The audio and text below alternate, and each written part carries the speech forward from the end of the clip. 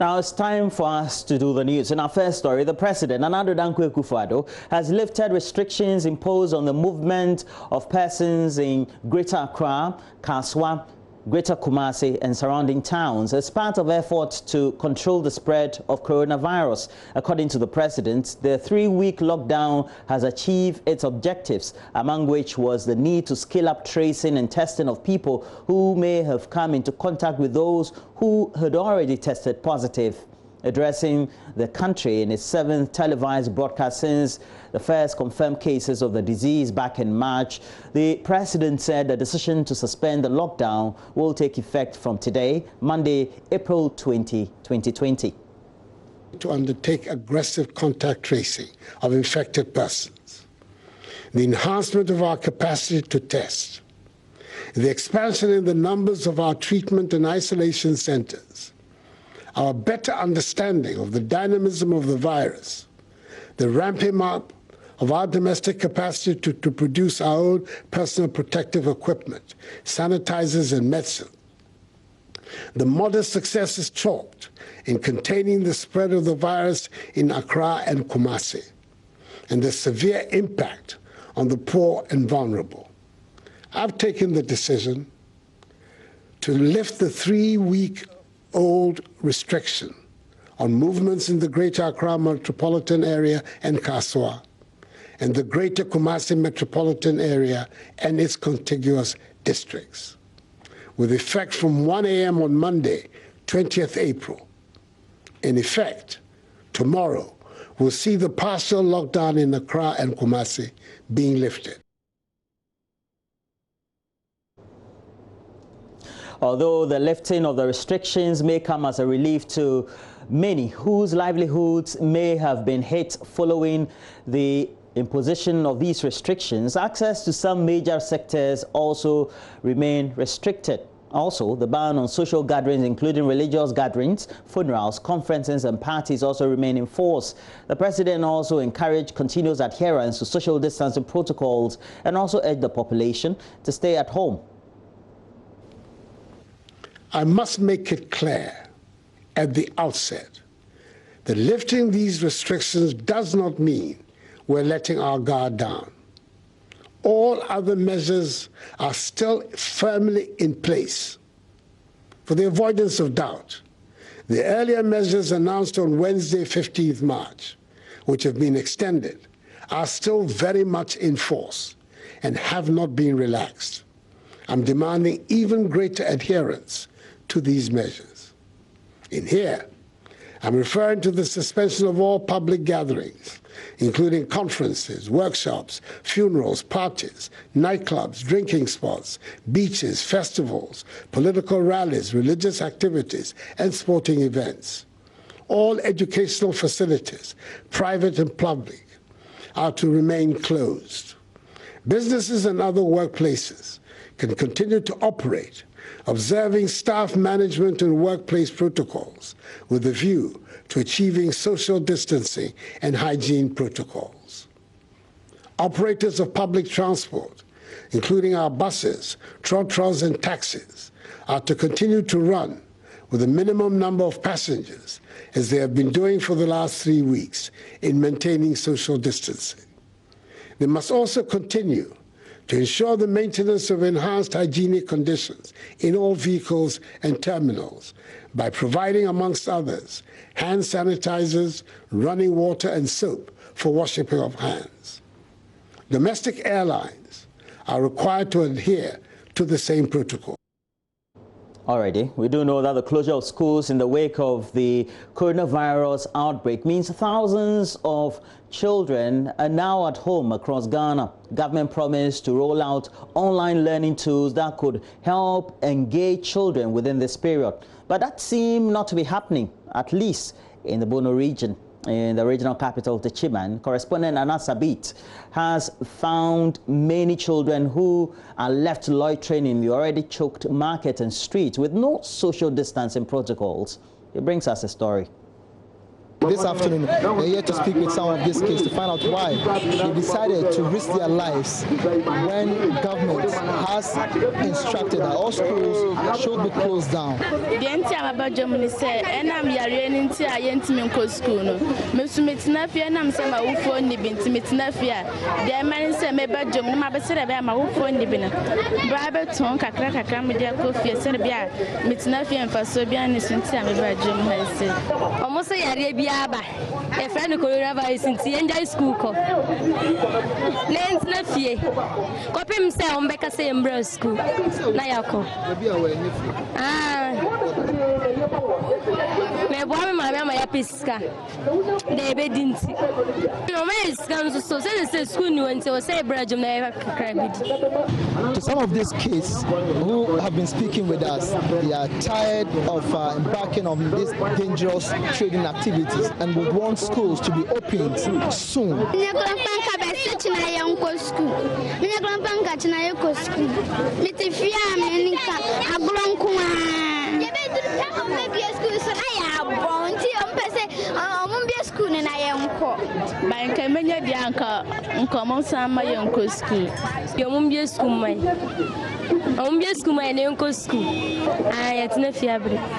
We tried engaging some adults, asking if the presence of these kids within the market is not a worrying development. Me a driver ni me use pragia. Na the hard way pa na say wo ko ba bi na awofo no bi fro e car no a wo enam so won pass wo be ja ne ba no wo fie no wa sister nkola na ye de e gu pragia no tie e driver fo no e haye ko e ba sa police fo hu ya no mo haye say ya fa 3 ya fa 6 because wo mo see e pragia drivers no ya fa 2 awofo no o ma so oti because we say there o mo ka say ke entity emu no masa ya afekwa ni abo apeso. From the Techiman Central Market, I am Anna Sabit for Joy News. Poor telecom network connectivity is hampering the smooth operations of health workers at the Redrawing Chips compound in the Bonois region. Health workers there have to walk to a particular spot far away from their facility just to make or receive calls. This, according to the community leader, is significantly affecting healthcare delivery, especially in the wake of the coronavirus pandemic. Anna Sabit again visited the community and filed this report. Gladys Amwa Sabia is a staff midwife and the in charge of the Redrawing Chips compound. Network has not been available since we started this facility and really is affecting the progress of the work. Sometimes after delivery, some complication may set in, like a woman will bleed heavily. You need to call an ambulance, someone to help out, but no available network. You can't do that. So sometimes we lose some mothers, we lose some babies, and it's really affecting the work. And due to that, most of the staffs are not even coming when they are posted to this place. Gladys tells me the absence of telecommunications network is affecting the facility financially. Really, we are writing in at a loss. We are NHIS credited, fine. We need to assess the insurance of the client to see whether it is active or not. Sometimes no network. How do you assess? So you just attend to the clients, and at the end of the day, you go to town to assess the code of the client, and it's inactive. You've already attended to the client, and the client is gone with your drugs and everything. So the facility is also running at a loss. She's worried that in this COVID-19 era, the facility may not be able to reach the emergency centers in case they receive a suspected case. Now COVID-19 is all over. When you get a case, you have to call the supervisors to come and pick samples and all those stuff. No network, how do you call? In case you get a positive client, how do we handle? In fact, it's a worrying situation. We don't even know how to do it. Have there been steps taken by the people here in terms of getting this solved? Nana Kwesi Ejakon is the Krontini of the Redrawing community. The network is affecting us a lot. We have taken several steps together with the assembly members, but to no avail. And so, we have gone to almost all the network available in Techiman. We went to Tigo office, they said they can't help out. MTN said they will report, and it's going to take a whole lot of time. Meanwhile, we need it urgently. Look at this pandemic all over the whole world. And we need to even take note of those who have traveled down from the lockdown places like Accra and Kumasi. We have taken their contact. How do you report to those? From Chiridiaja here in the Tichima North District of the Bono East region, I am Anas Sabit for Joy News. Local medical NGO Pregnancy Stress Foundation is urging government to pay special attention to caretakers of children with special needs. Executive Director Victoria Dako Ampem says they are unable to engage in economic activity and also observe government food ration program, which is also not reaching them. Mrs. Dako spoke when she presented food items to a caregiver in Kumasi. Mrs. Dako has been touched by the plight of a mother who has been struggling to survive due to the partial lockdown. She says caregivers are already burdened with the stress of spending almost all their time with the children. She believes government's intervention will be crucial. She was falling within our special needs children support program, and so we decided to bring this to her.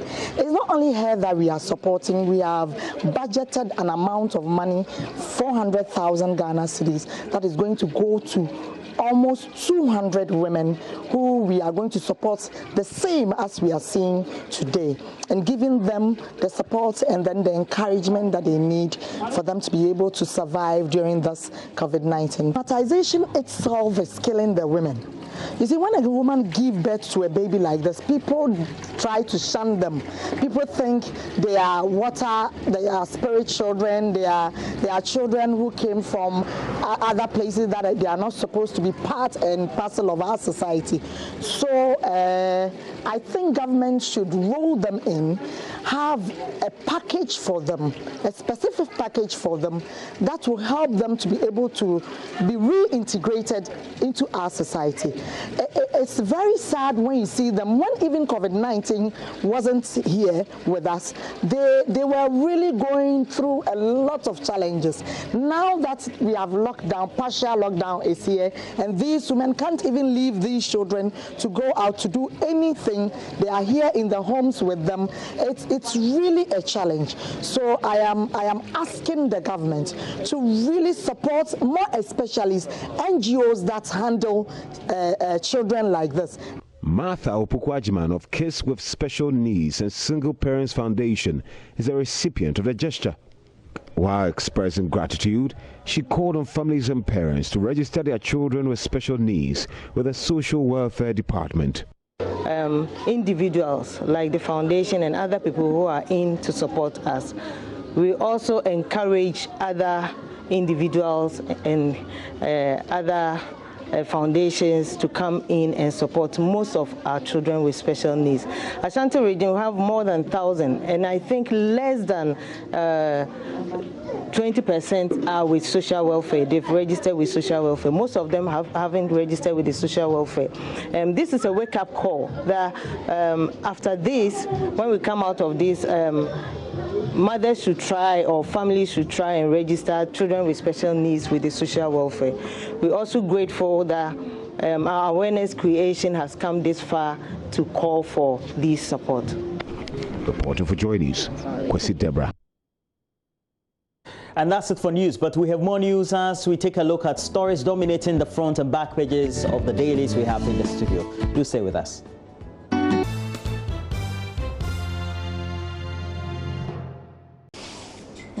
Well, so we have to do the newspaper. Mama, good morning to you. I love your yellow. Well, good morning, Roland. I just wanted something to lift my spirit up. I think this yellow will do the trick. And I pray it translates into my mood. I really don't know. Like, I don't know, like, Charlie, I don't know where I did. Like, you know, I'm not sure, man.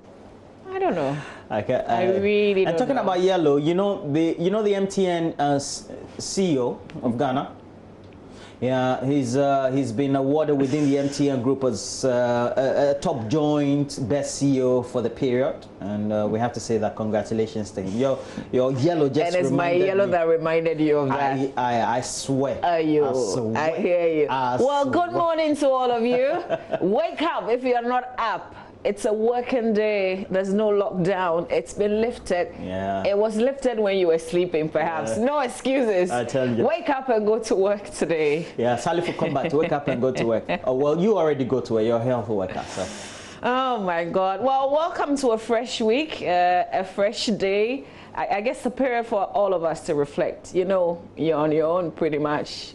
Protect me, I protect you. That's the way we're going now. Yeah. Let's do the newspapers, Roland. Yeah, definitely. So I want you to start. Which papers do you have? I'll do the Daily Graphic and the New Crusading Guide newspaper. Those are the two papers that I selected for myself. Go ahead. Go ahead. So let's start with the Daily Graphic newspaper.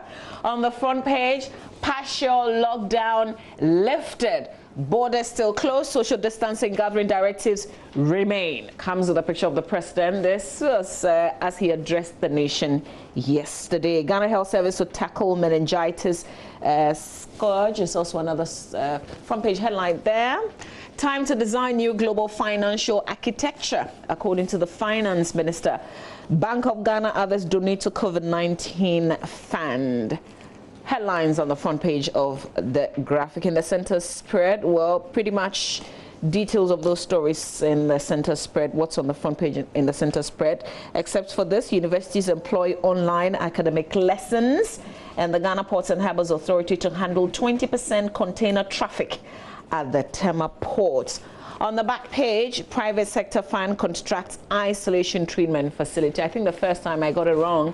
This was supposed to be ready initially when the information came in 4 weeks, but it's in 6 weeks. That's what is fact now. Vivo Energy donates PPE to National COVID-19 team. And that's what you have on the back page of the Daily Graphic newspaper. Let's do the New Crusading Guide newspaper. Front page, Akufo-Addo lifts lockdown but keeps other enhanced measures in place. Bank of Ghana Petroleum Commission, others donate 12.6 million cedis to COVID-19 trust fund. Police arrest 6 notorious land guards at Pantine for shooting butchering landowners. Chamber of Bullion Traders supports 37 hospital in COVID-19 fights. All right, so I have the Ghanaian Times, courtesy Roland. So let's continue with the Ghanaian Times newspaper. Front page on coronavirus. Ghana lifts partial lockdown as government eases COVID-19 combat restrictions. Freight forwarders decry delays in clearing goods at Takoradi ports. Meningitis cases cross 409. 40 die in 5 regions. NLA offers safest platform for mobile games. 2 soldiers snatch Times man's camera in Kumasi. And on the back page of the Times, the Bolgatanga, Napdom, Bongo and Tongo together, they are called Bonaboto. It's a union, civil society organization. They presented Veronica buckets, alcoholic hand-based sanitizers, boxes of hand wash and soap, and gloves to the Upper East Regional Directorate of the Ghana Health Service. That's what the story is about. Zoom Lion disinfects anchor for prisons and the UDS. Also another story on the back page of the Ghanaian Times. So by way of what's on the front and back page, there you have it in the Ghanaian Times, Roland. Now let's go straight away to the front page of the New Publisher newspaper. It has the main story of Safumafo crashes paperless port, sends Ghana back to manual clearance under Unipass, field day for corrupt customs officers.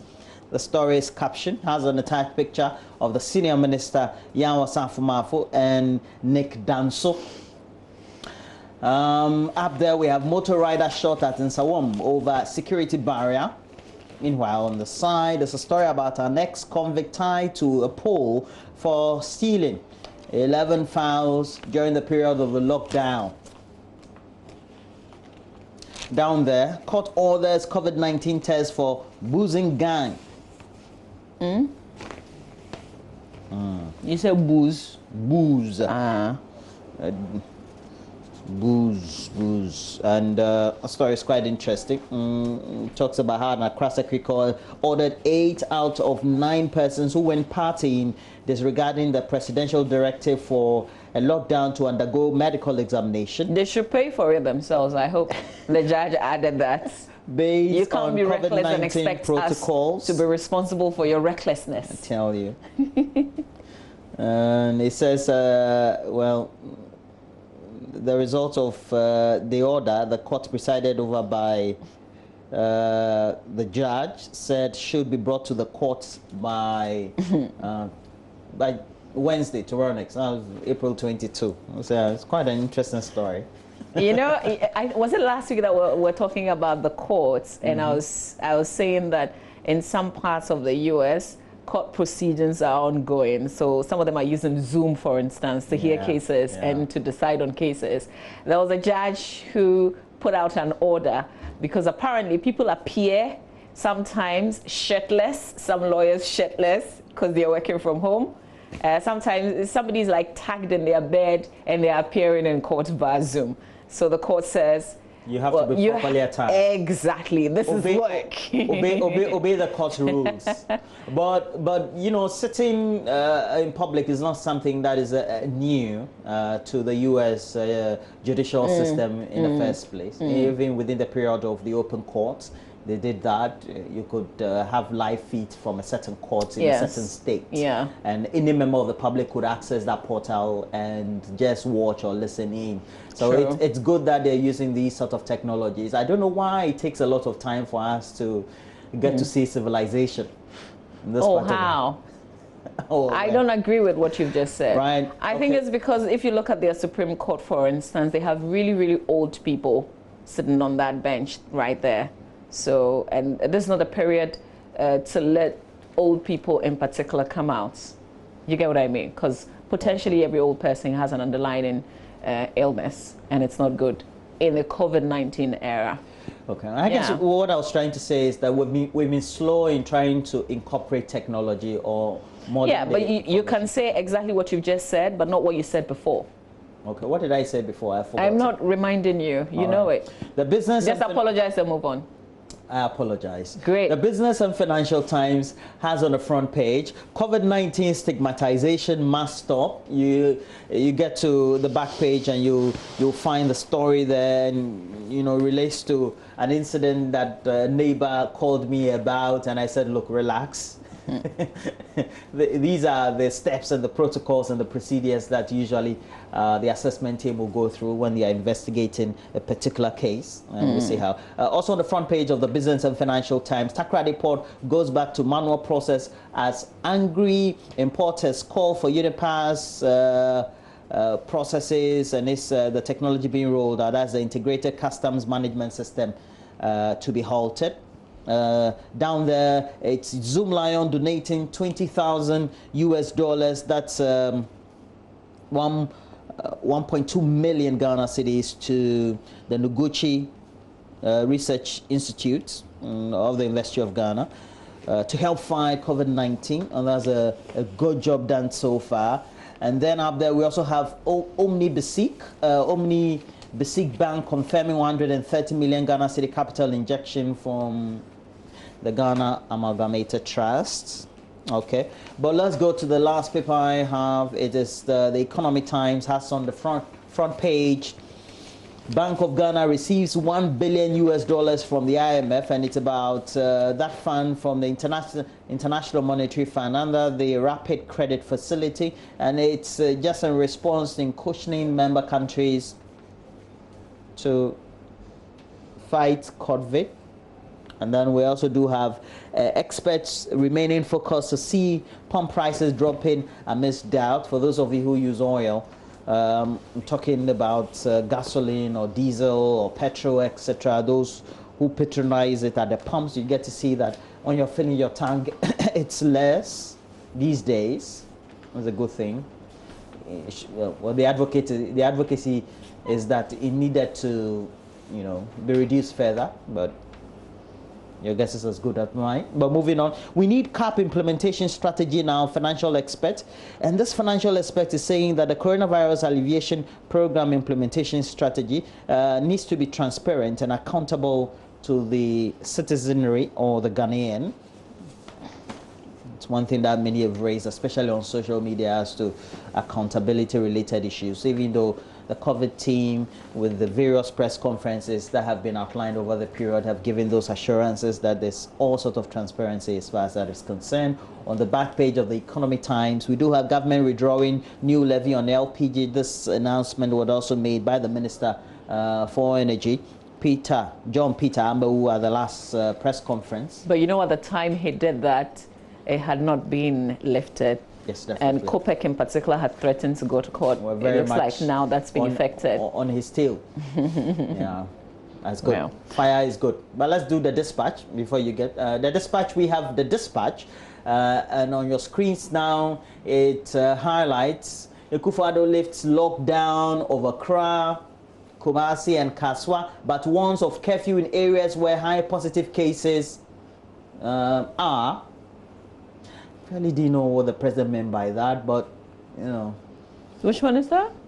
That there will be curfew in areas where they are high positive, and he made mention of the Ayawaso and all the relevant. So I guess going forward, you know, we want to understand a bit of the science, the reason behind the decision. So that's one of the things that we will talk about extensively today here on our show, to understand the reason we're here, because for the ordinary person the figures have gone up from 800 and something to 1,000 and something. So why have we taken this decision? So we'll go behind the science as well. And also on the front page of the dispatch, Germany blames China for COVID-19 and sends China a bill of some 130 million. Billion, okay, 30 billion pounds for damages. Saw the story somewhere yesterday, so it's in the Guardian. So I saw it yesterday. I was wondering, but it's not only Germany. Indeed, the rest of the Western world, and especially America, have been on the heels of China, blaming it for the number of cases we've seen around the world. Very instructive about how the world has suffered because of coronavirus. Mama V. Yes, I'm also looking at meningitis. I thought we would give you an update in the center spread of the Ghanaian Times newspaper. It says at least 409 cases of meningitis have been recorded in 5 regions in the northern sector of the country, with 40 deaths according to the Ghana Health Service. It said the death count in the affected regions, comprising northern, northeast, Savannah, Upper East and Upper West, as of Wednesday, April 15, represented a 15% fatality rate. A statement issued by the Ghana Health Service Director General, Dr. Patrick Kumabwaje, has therefore advised residents in those areas to report early for treatment, since investigations had shown that the high fatality was due to late reporting of cases. So that's the update on the meningitis in the center spread of the Ghanaian Times newspaper. 409, 5 regions, 40 have sadly died. Roland, is there any other story you want to highlight more before we do myjawline.com? Yeah, it's this donation by Zoom Lion Ghana. We know that they've been doing a lot of work disinfecting the every place around Ghana, and then just before the close of the last week started expansive with the Ghana Education Service, the disinfection of various senior high schools. Back in my day, we called them secondary schools across Ghana. And I think that was a good thing. And this donation of some 1.2 million Ghana cedis, especially to an institution like Noguchi, that's the Noguchi Memorial Institute for Medical Research, I thought was very laudable, because amid all the relevant things they were doing, science and research is very important in all that we're doing. Look, yesterday the president made mention of the good things in terms of separating the genomes as far as this virus and the way it's spreading, the type that we have, for that institution that is working with Noguchi to be able to trace it to the original virus that first was detected in Wuhan. And ultimately, I believe that that's a good thing. We need more organizations to be able to assist and help. Yeah. I think that instead of going central, organizations need to determine communities, other vulnerable groups, and then do the donations. So more like specific targeting. Yeah. The centralized thing, for me, it's a big worry for me. Yeah, I always use this as an example. I think instead of just donating what you think people would need, it would be good to also ask them. So if you're donating to 37, for instance, ask 37 what they need, so you can give them exactly what would be useful to them. So with that said, let's do myjoyonline.com. But we also have to acknowledge these are difficult times. So for a company like Zoomlion, this is a big deal with what they're doing as well. Let's do myjoyonline.com. Here we go. Lockdown lifted, but ban on social gatherings remain. And I hope that the over almost 30 million Ghanaians will be responsible and know that we're not just supposed to go out there like everything is normal. We're also supposed to be regarding the social distancing rules and the other directives as well. President is making us responsible for our own lives and selves, and we hope that we'll be after it. God help us. All right. FDA orders recall of Core FS from market at a time when a lot of people, were running to Core FS because of the fact that they had heard it would boost your immune system. Then the FDA issues a statement. The thing about the FDA statement, if you've taken a critical look at it, is not even giving you batch numbers. So it's recalling all the products. All the products. A certain, no, it is the company that issued a statement with certain batch numbers. But the FDA statement is recalling all. So this is something that we also have to look at. FDA doesn't just wake up to take this action, but there are plenty of questions to ask. Yeah. Is it those that people have consumed last year, 2 years ago? Is that all part of what they're recalling? So this is a point where we are. Very critical point also in the life of the business. We just do pray and hope that they're able to fix this, but this is not good. Because many people depend on this, and if you look at what the testimonies have been from even those who are treating these people as medical professionals, they attest to how efficacious it is. Yeah, but when the Food and Drugs Authority says that upon further checks, the product has been found to contain E. coli, which is a type of bacteria that normally lives in the intestines, has got complications. Yes. It has effect, long-term effects as well. So if you want to, listen to the president's, you missed it last night because you were sleeping or you were just not concentrating, you can do a playback on my Joy Online. Calling off lockdown doesn't mean we're out of the pandemic.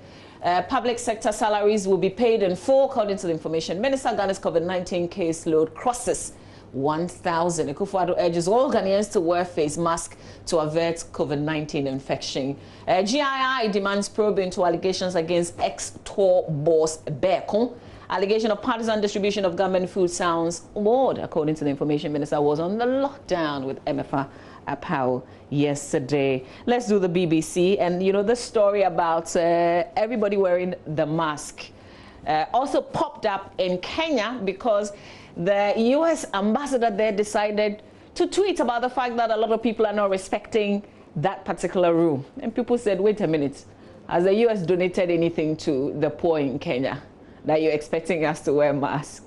So that tweet is also one of the things trending. It's captured on the BBC. Let's go through the stories on the BBC. Roland, you can take it over. Yeah, we'll give you a wider perspective as to how the cases are trending, where they are heading towards, not only for Ghana, but the sub-region, Africa, and also the rest of the continent of the world. But in the meantime, we have to look at, after lifting that lockdown, how is Accra looking like in terms of the traffic situation? We'll get you up to speed with the latest, and you have to go to traffic.com.gh and get all the latest. We're just boosting that,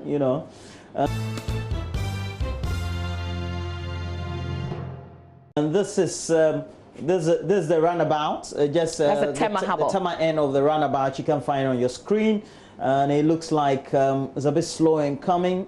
People are still cautious, but look, now the motorway has been partly completed in terms of that roundabout and the interchange there. So it makes it easy for you to be able to cross over And this is the current or the real-time visuals you can find. It looks like it's already busy, especially those coming from Michelle Camp, Afienya area, heading towards the Tema ports. Oh, you are? Yeah, people already walking, you can find. So it looks like everybody is ready. And this don't no more going through, you find. Okay, this airport, overlooking the airport shell, a very popular place, but mainly used by those who are coming into Accra, using the principal streets, going through the airport area. And it looks like people are just waking up. People are still warming up. Yeah. But I have a feeling the progressive stretch, there will be traffic. I just have a... Okay, so let's go to the next point and see if we can find Ringway or Sue or any of those points. Oh, it'll be quiet This is the Giffa Road, that extension that will lead you from the Palace Mall area right through the Airport Hills. Very plush area. Okay, and that's where we break for sports. Would have wished to see the ring road, but look, just get to traffic.com.gh and get the latest update. In the meantime, Zimbabwe has also extended a lockdown 14 more days. 14 more days. Yeah. But we do know that Spain and Italy, they're taking it cautiously, even though Germany has decided to reduce the restrictions a bit. We'll see how it goes when we're looking at the global figures as they are. It's hunger and livelihood and health. Stay with us, we've got sports coming your way.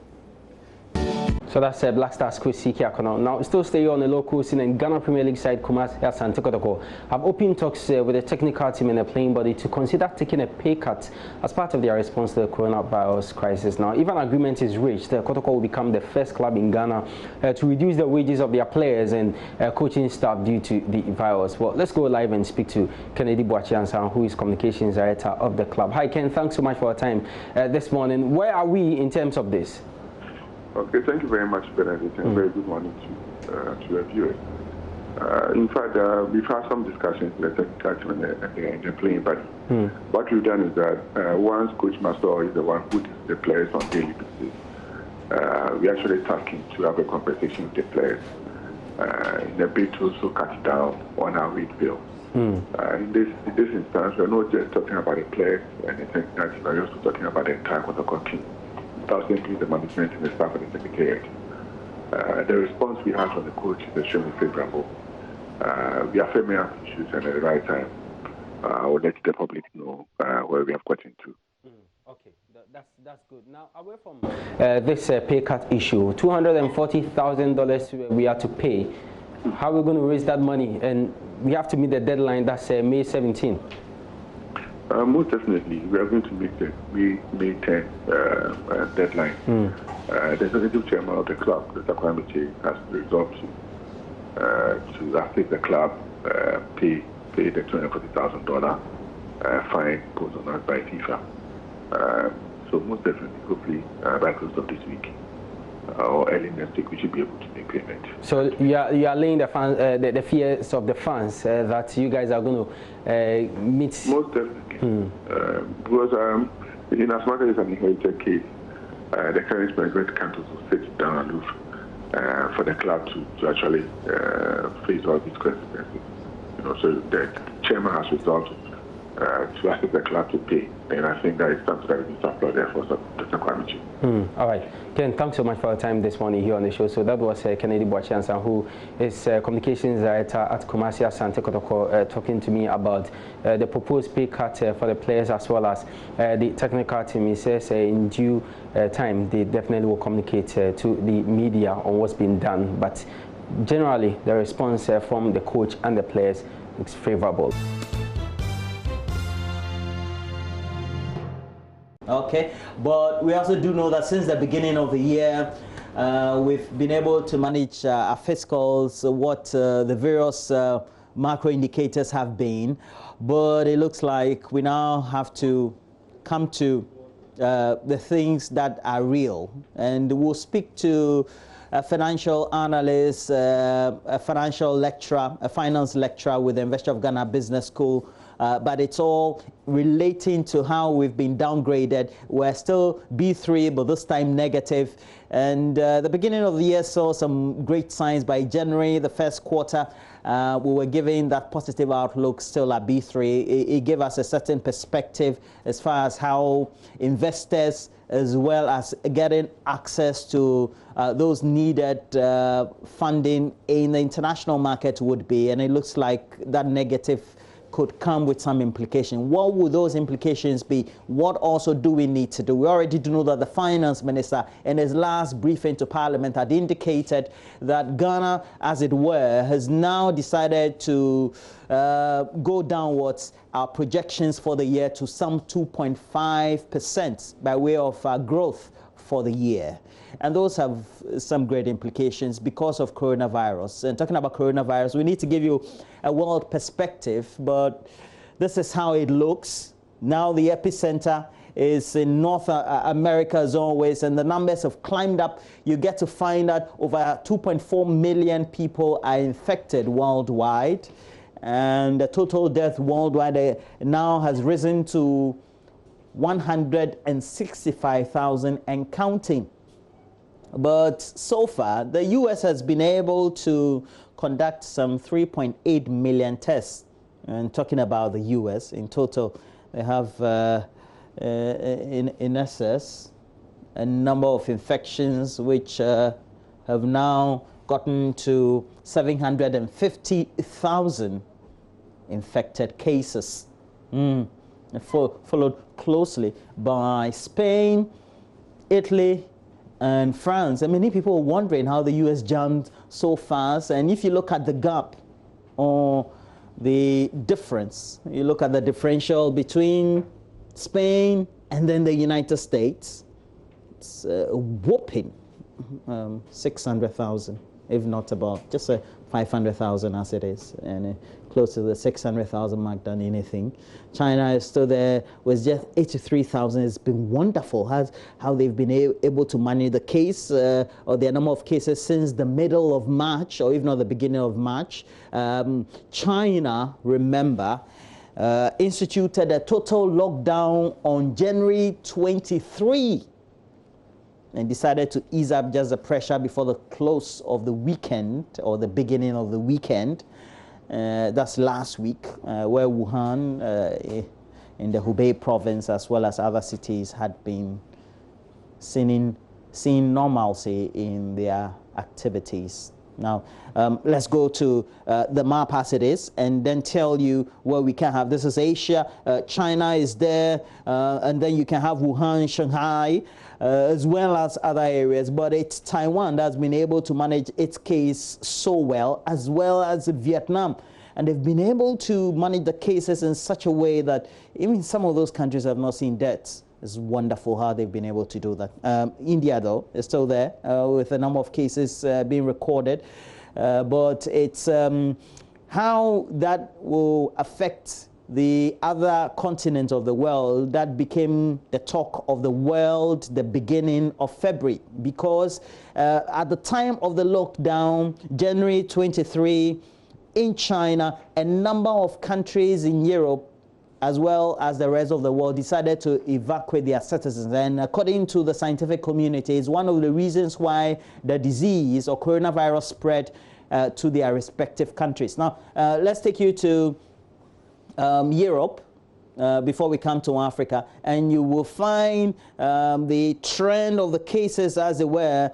France is still there. We have Italy. We still have a number of cases in Austria, the Czech Republic, Greece, and then a number of the countries dominating Europe. And all these have had some great influences on the cases and how they've been managed. Spain is still there. You will find Russia, Brazil is in Latin or South America, and then also you have Belgium in mainstream Europe, the Netherlands, Switzerland, Portugal, you have Ireland, and then you get to find that the UK is still grappling with a number of cases. But look, over the last 2-3 days, we're told that the cases have been flattening in the UK, but they're still high in the numbers. And if you look at the numbers as far as the related infections are, it looks like they need to double up as far as the treatment is concerned. 16,000 deaths of fatalities recorded in the United Kingdom out of 121,000 cases of infections. Charlie, let's come to Africa. You go to Africa, and you find that all the countries there on the continent almost now are not left out as far as the infections are.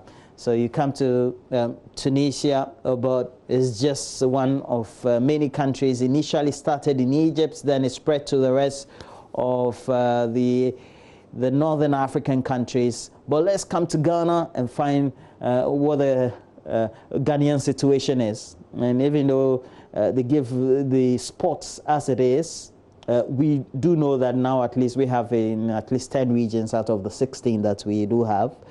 And it's increasing by the day, not an alarming rate. And it's for this reason why the president, Nana Addo Dankwa Akufo-Addo, decided to lift the lockdown for each and every Ghanaian to observe the needed guidelines of wearing masks in their day-to-day activities, not to gather around because there are events, etc. There's still bans on schooling across all sections of the education ladder.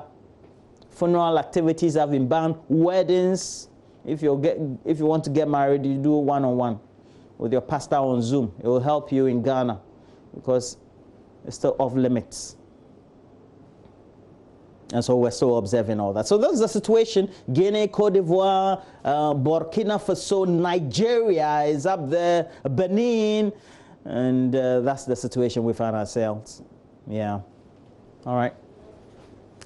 Get all the latest updates as far as the coronavirus infection trend is. The Johns Hopkins satellite website is available 24/7. You get real-time data as to what you need to do. But when it comes to news, relevant news, great content provided for you, myjoyonline.com is available. And we do have our various social media handles pages. Facebook, Joy News on TV, at Joy News on TV is our Twitter handle. You can also get us all the latest update if you want to give us more videos, audios, as you watch My Joy Online TV, which is our official YouTube channel. We have to take a break. When we come back, we'll talk to a finance lecturer, an expert who has been watching the industry, is a regular on the show, Dr. Lord Mensah, a senior lecturer with the finance department of the University of Ghana, to look at that rating now being downgraded to negative, but still a B3. What are the implications amid the last briefing by the finance minister to Parliament as to the current state and projection of Ghana's economy for the year 2020? Do stay with us. We'll be right back.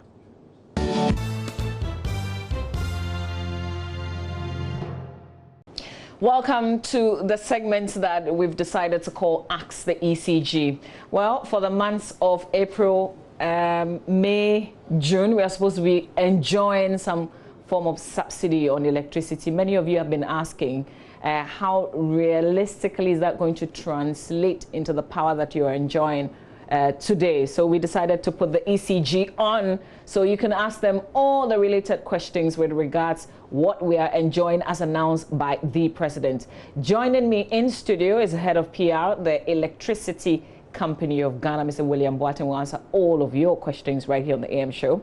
So here's what we're going to do. You can send me a WhatsApp number. We'll put the number on the screen shortly. We'll activate the phone lines. You can give me a call on 0302-211-6902. So send me a message on WhatsApp. Join us via phone as well and ask all the questions that you want to ask. Mr. William Boateng, good morning to you and thank you for being here. Good morning and thanks for having me. Okay, great. We're respecting the social distancing directive. So even though he's here, this is how you're going to be seeing us pretty much for the rest of this conversation. So explain to us, first of all, this is going to be enjoyed in the month of April, May, June, correct? Yes, effective date for the relief by His Excellency the President of the Republic of Ghana, Nana Addo Dankwa Akufo-Addo, is to take effect immediately.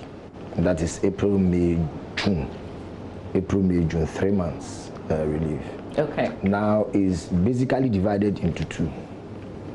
The first category is the lifeline customers. And the lifeline customers, according to the PRC, are the low-income earners. We use the word vulnerable, but they are the low-income earners, and they consume between 0 to 50 units or kilowatt hours, 50 kilowatt hours.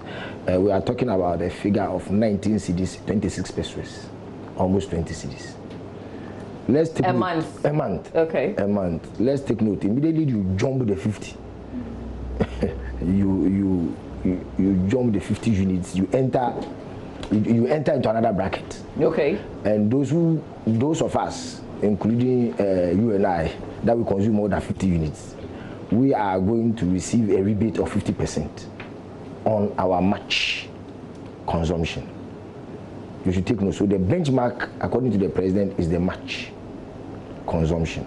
Okay. And so that's basically. So if you spend 100 Ghana cedis in March, going forward, how will this translate into? Is it the benchmark is the 100 cedis that you use? Yes. So 50%, it means I'll be paying 50 cedis. Yes.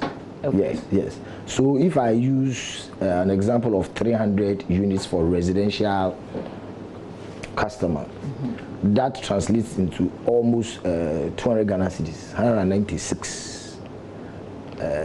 That's almost 200 Ghana cedis, 196 cedis point something. Let's round it up to 200. It means that come April, you are benefiting an amount of, or you benefit from about 100 Ghana cedis because it has been halved by the president. Okay. Now the implementation modalities is such that because we run two basic metering system in this country, we have the postpaid and the prepaid. For the postpaid, we don't have a problem because immediately they receive their April bill, they will see their March. Definitely, we have their consumption for March. So for the postpaid, we come manually, we come and read every month, then we give you your bill the ensuing month. Now, when we come and give you your April bill, you see the March relief on it, government subsidy, 50%, then we discount it. So definitely you see it. I mean, it is clear. I mean, that transparency, there's no problem. The challenge is with the prepaid. Okay. Where we go and then we purchase the electricity from the vendors before we come and use. Okay. Now with the prepaid, we have two types of prepaid system. We have the smart metering system and we have the non-smart. When we use the non-smart, it's not analog too, but you see, it said that it cannot communicate with the server. You can't use the internet to give the meter that type of information we're talking about. So he said that you have to go to the vendor and then you go and purchase physically. You have to move. Now with the smart, you can sit at the comfort of your home. You can use our app and easily you can buy electricity. That category, in terms of the smart, we don't have a problem at all. Because come May, we have decided to effect the benefit from May, just to ensure uniformity. So we decided that, okay, let's go for May, beginning of May, if you heard from my sector minister, honorable sector minister. So we'll give you your credit that you are due in May. So beginning of the May, we will remotely send you your credit or your relief. So you're going to add on to the power that I have already purchased? Yes. So I have, for instance, bought April, just before the lockdown. I don't think I'm going to buy power anytime soon. But you're saying that if I buy, say, ending of the month, or I even bought next month, I would see, and mine is what you put in the smart category because I'm able to do it via the app. I would see if I was buying 200 Ghana cedis and the benchmark was maybe 100 Ghana cedis, so 50. Yes. What would I see? An additional 50 cedis on top of what I have bought? Exactly. Okay. I mean, it's clear. You can decide not to come to any of the, or you can decide not to buy electricity. For me, when you are using the smart metering system, come May, we just send you your relief. Okay. According to what the president instructed. Okay. I have a question. Back to those, where you started from, those who buy less than 20 Ghana cedis. If you live in a compound house, even though that's how much you consume, but the meter is 1, how do you enjoy this benefit? Because individually, you use less than 20 Ghana cedis, like 19 Ghana cedis, but collectively, you use about 200 Ghana cedis. That is true. That's the compound house effect. We are dealing more or less with the meter. So if there's a meter in that house, that is the customer we are dealing with. Okay. So the meter is the customer and not the person. No, because of the effect of the compound house, that's the best way you can explain it. So they all contribute. You'll be contributing 20 Ghana. We have cases where every week or every 3 days, one of the tenants will go and buy 20 cedis, yes, or 10 cedis. That's okay. It's cumulative effect of all. We sum it up. End of the month, we've purchased a total of 200 Ghana cedis. Of course, they will benefit from the 100 Ghana cedis. So what it means that come May, instead of you contributing 20 cedis as a tenant in the compound house, you contribute 10 cedis. So it's the same effect, so to speak. Yes. Okay. Unfortunately, you don't have a personal meter, but at least their relief will definitely affect you. Okay, but this cuts across so that you're not discriminating in any way. There are people who have said, for instance, that it means those who consume a lot more will benefit more. So this benefits the very rich and not the very poor that we're seeking to relieve. I'm not too sure about that. You know, because they also consume more, so they pay more, so to speak. So I think that it's fair. I think that it is fair because it's also a form of financial assistance or what you call stimulus package for industries. If you come to multimedia and I look at your numbers, when we're running the machine with some industries, it's huge. Some are buying as much as 50,000 a month, you know. And so definitely it's a good relief for all of us. If you are a barber, you are a seamstress, you know the situation we are in, the lockdown and the fact that because of the coronavirus, I mean, economic activities, naturally they are all coming down. I think that's a very good relief. If you take 300 units, for example, for non-residential, they are the commercial, we are talking about 300 Ghana cedis a month. Now, come May, you have a relief of 150 for the next 3 months and 3 months, and I think that it's a good relief. If you look at the ones you are interested in, I'm talking about the lifeline customers. If you take GCG operational area, entire operational area, we are talking about more than 1 million customers enjoying that free electricity that the president made mention of. 1 million. If you take when you say those who won't pay anything at all, that's the lifeline customers we are talking about, and that's about 1 million of them. In fact, to be precise, about 1,053,000 and over within GCG. When you go to Nedco, we are talking about almost 600,000, about 560 something thousand. Now in total, we are talking about more than 1.6 million customers in this country that will enjoy the free electricity or the total absorption by the government for the month of April, May, June. Now, to get a clearer picture, what it means is that since you will see or feel the effects come, we are in April, May, it means that May you get the relief, June you get the relief, and July. Okay. 3 months instead of April, May, June. Okay. I hope you are with me. Yes. Yes. So I think that is the same. So if I got a 50% discount and it was 50 cedis, then I'll get the same. I'll enjoy in May, I'll enjoy in June, and I'll enjoy in July. Yes. Okay. Yes. What are the challenges that you foresee? Because I thought initially you have to recalibrate or some technical things that you have to do. Yes. You know, we have a lot of metering systems. We use different type of meters. So we had to immediately go to work. With the post-paid, it was more simpler to program it to reflect for the post where we go and share the bills. It's the prepaid that because we have different metering systems, we have to go and configure the system and let them match to the directive or program it. You know, you need a Are you configuring code. The meters, the physical meters? No, or you're doing not necessarily. We are talking about from the server, from the base stations, and then you have to program it in such a way that it will reflect the directive. Okay. Yes, you know, beyond that, we also have meters that are very old, so to speak. They are around their due course. Talking about very, very old prepayment meters that customer have to count physically and come and give us the card before we can determine their consumption. We have to work on all those things. So we have been working at the office. Okay, great. But you know, as this came up, we also spoke to some energy analysts as well, and you know, the warning was beware of what you take for free because it will come back and bite you. The other worry has been ECG itself. We know, you know, government debt to the ECG and how it's usually a problem. So how are you going about this? In basic terms, are you presenting a certain cost to government? Have you done it already? Do you know but Salia is on the line. Let me speak to Salia and then I'll come back to you, Mr. Boateng. Yeah. Salia is in Damongo. Good morning, Salia. Good morning. Great, you're on air. Let's hear you. Please, I want to find out we those who are using the system, let's assume that I bought April 56, which is more than the category that belongs to the free.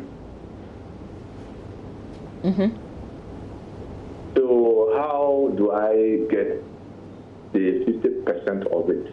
Am I going to buy again, then they will credit it in the card, or I will not go and then they will credit it to the card fully? Okay, hang on. Do you physically take your card to go and buy electricity? Yes, please. Yes. Okay.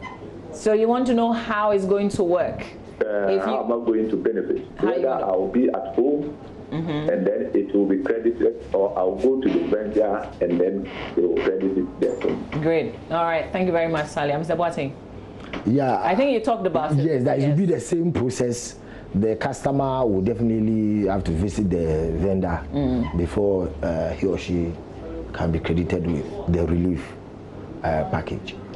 Come May. So you will not see this in April. You see this reflect rather in May when you go. May, yes. Well, is there a certain time, or just from the 1st May when you start going to the ECG to go and buy? We are even pleading that because of the COVID-19, we shouldn't rush on the first day of May, so that we can at least give ourselves some spacing. Okay. Because when you come even late as May, you can decide to go on the last day of May. Okay. So long as you are a first time purchaser, you are going to purchase for the first time, the system will recognize you that you are coming. So if I don't buy at all May, June, would it still be carried forward for me? Yes. Okay. We have some customers that buy credit in bulk. People go deposit 2,000 when they consume around 300 a month.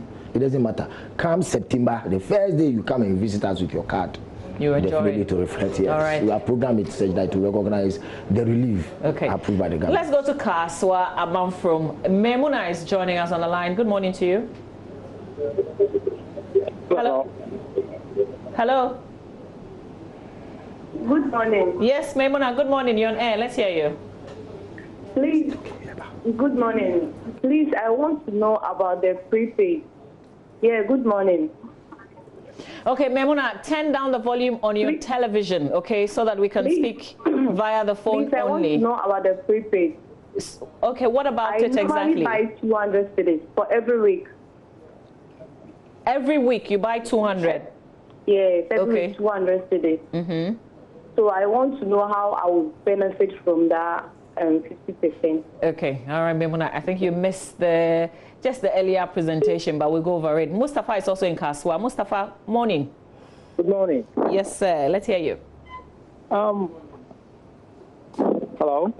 Mustafa, please turn down the volume on your television set. Kindly turn down the volume on your television set so when you call us. All right. You've done that? Hello, Mustafa. Yeah, hello? Mustafa, let's go. Oh, okay, thank you. They asked me when will the ban be lifted on issuing new meters?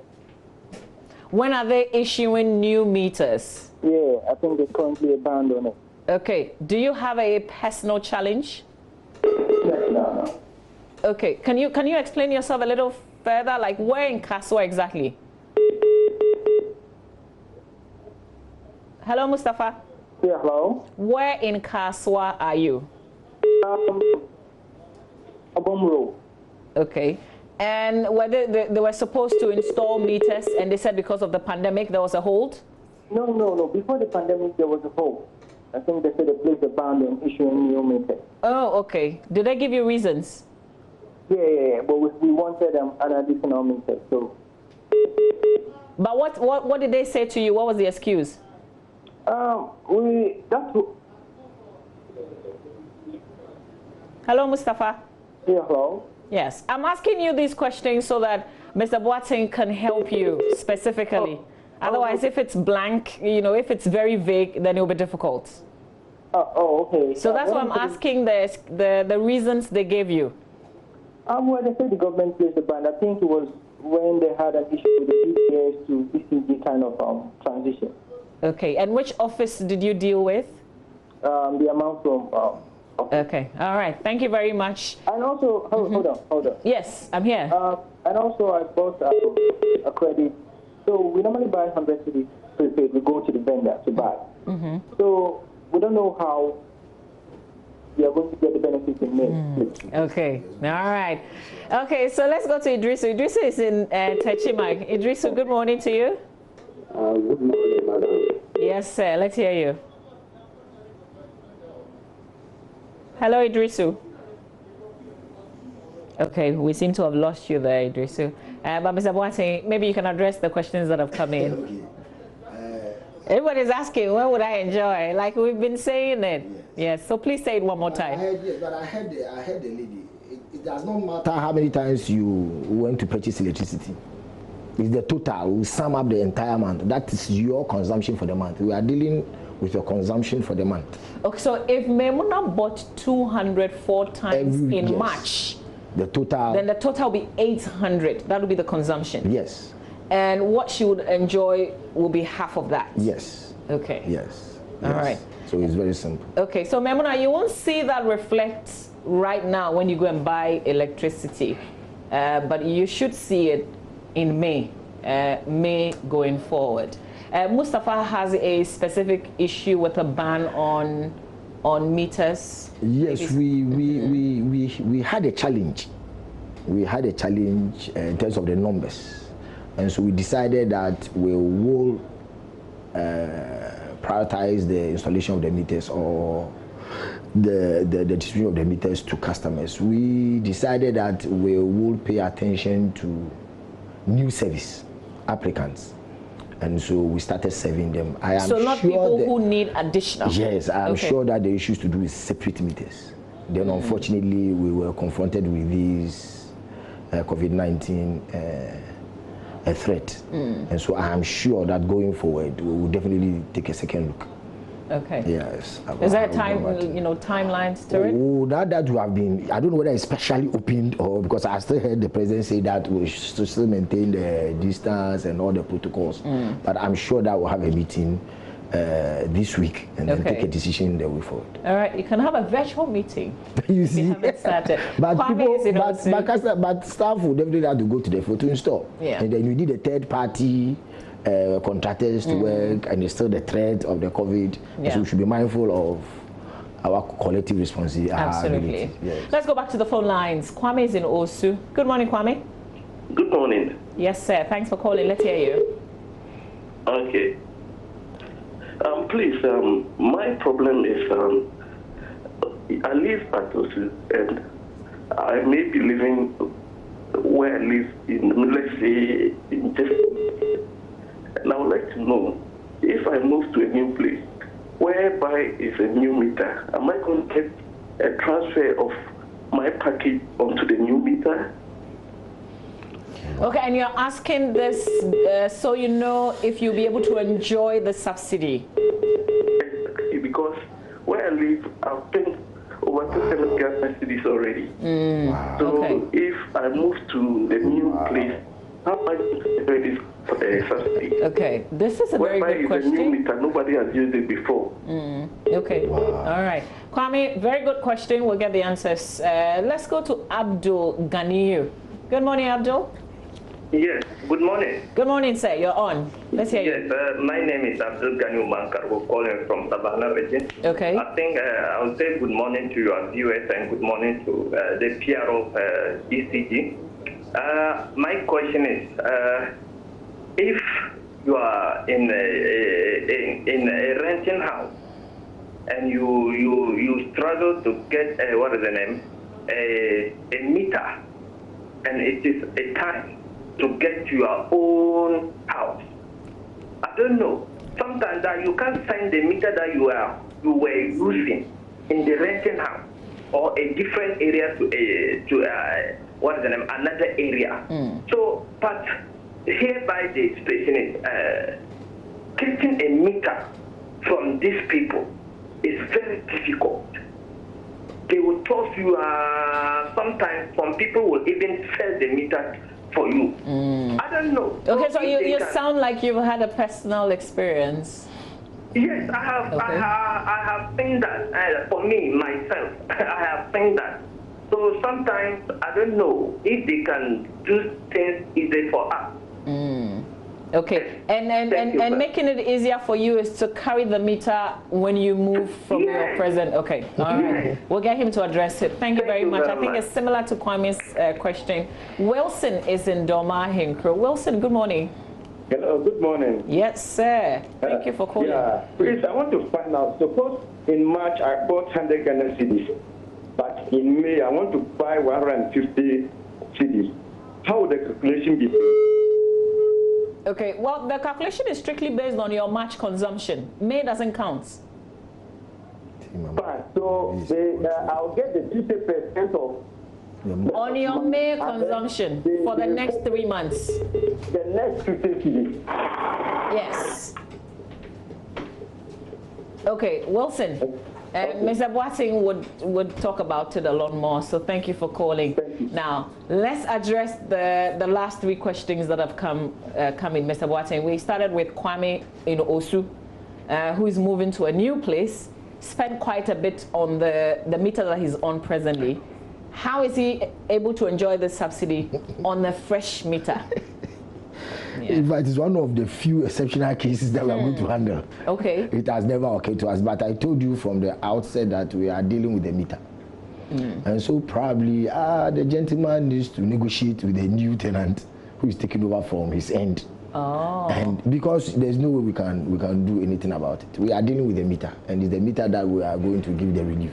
I mean, the meter is the same customer. I mean, the meter owns it. The meter is owned by a customer. I hope you understand. Yes. Yes. And so what's the alternative? I'm just thinking about negotiate with the person taking over your old meter.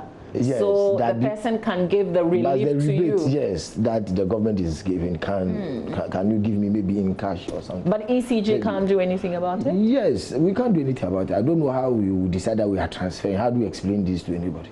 That the person can say, how do we know it is the truth? How do we know? I don't know where you get me. It's a bit complicated. I am supposed to give a relief to a particular meter. I'm also thinking that it is not fair. Okay, so let's box it with what Abdul also asked. Why can't you carry your old meter with you everywhere you go? We are discouraging that. I agree that acquiring a meter, you have to go through processes and sometimes the up and downs. But our resolve, as I speak, is to flood the market with meters. I think that management is very unhappy about the current situation. And so can give us some time. We've done some procurement and definitely to reach a stage where we are going to run almost a day. I mean, when you apply for a new meter, I'm telling you. So do you have the meters?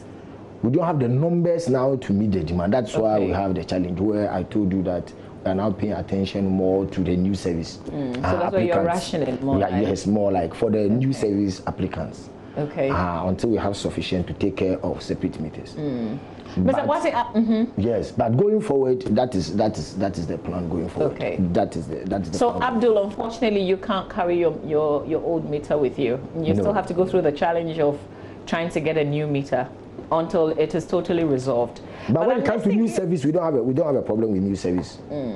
I was just thinking about Kwame's issue again. Why can't the ECG negotiate with the new, in this case, the person taking over his meter, so it's not Kwame and that person? No, I am thinking more. that I'm sure, unless you don't own the house, but if there's a landlord I mean, definitely you are moving, you the user of the meter, the landlord is aware that you purchase. I mean, the documents and the data is available, and definitely they know that this is a relief that is coming to the meter. Why can't you do something about it to cushion you? Because you used it. Yeah, I'm just thinking if everybody would be reasonable enough to make it easier on the person who used to use the meter who is now leaving. Because I'm sure that if you are a tenant, somebody is also coming to occupy. I don't know whether you get the picture where people are moving in and somebody is moving out, and he also has a relief on the meter that he left, and he's also coming here. So I think there should be some negotiation. Or else we are going to have problem with the system, because our operating system we have programmed already. But Mr. Watt, I see people coming to your office even after moving out and bringing the cost on an old meter they used and presenting it as basis to get the subsidy, even though they are on a fresh meter. We don't have a problem. I said that it's going to be some of the few exceptional cases we are going to handle.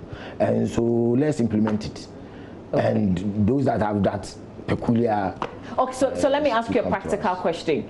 If I came to your office sometime in May or June, yes, and even though I have moved out, so I am Kwame, I've moved out of Osu, I'm now in Teshi with a new meter, but I have the records to show that when I was in Osu in March, I spent 600 Ghana cedis. Okay. So I'm entitled to a 300 Ghana cedis subsidy. What would you do? Is somebody occupying that place? Is somebody using that previous meter? Yeah, so that's what I'm talking about. These are one of... No, so I'm making it practical, so I'm answering your question. Nobody's using it. Nobody's using it. No, but yeah, so we look at the merit of the case, then we can do something about that. Okay. This is a peculiar situation. Okay, great. We can visit the meter or we know what to do. Okay, I like the response because it means something can be done because it's not a general rule, so okay, no big deal. Great. Let's go to some of your messages on WhatsApp now. This one says, good morning. I want to know those who are using prepaid cards, how are they going to be covered by the 50%? I think we've talked about it. John is asking this question. Let's see. This one says, kindly do not call my WhatsApp number. It's only for WhatsApp messages. How do you know whether your meter is electronic or non-electronic? Is also another question that has come through. This one says, good morning, Mama. We asked Mr. Boateng, how much will a new applicant spend in acquiring a meter? This one also says, we have not been served with a bill for March. Does it mean we're going to pay both March and April combined? Because they do a lot of disconnections. They do a lot of disconnections in my area when you don't pay your bill within the given period. That's from Kofi in Agona and Sabah. Maybe I shall allow you to address these questions that have come through. We are not, as of now, we are not disconnecting. You are not disconnecting? We are not disconnecting because of what we have found ourselves in. Okay. So we are not doing any disconnection. This is across the country? Across the country, okay. It's a directive. So we are not disconnecting. But going forward, of course, you receive the bill. Definitely, I told you that you see the relief. You'll be discounted the March consumption half. Okay. Yeah, will be taken care of by the government. All right. This one says, please ask why always, let's see. Please ask him why you always have to type your password before you can log in the app. Can't they do it like if you log in once, then that's all. Then anytime you open the app, you have to enter password. It makes it boring. All right, okay, that's feedback for you, Mr. Boateng.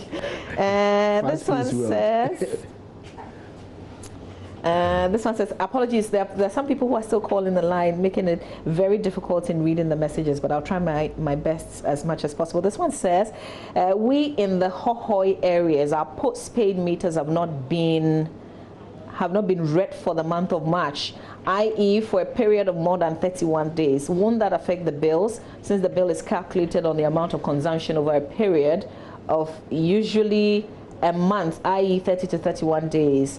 Afonya, okay, is sending this message.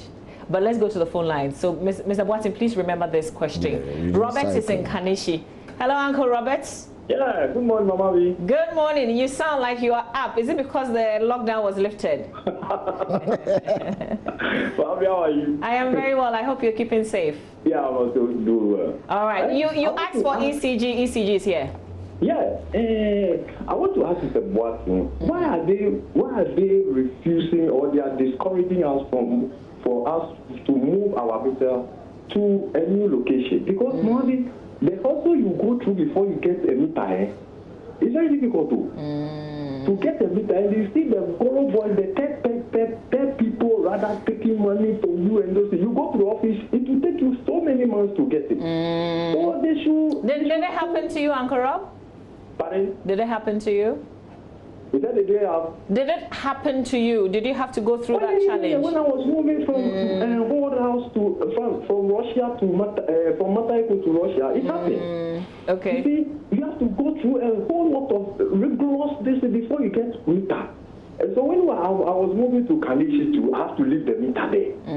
You see, so why they should have that system whereby we can go in for our meter, and then when we are moving to the new location, we can take our meter there so that we don't go through this hustle. Yeah. Mama, all right.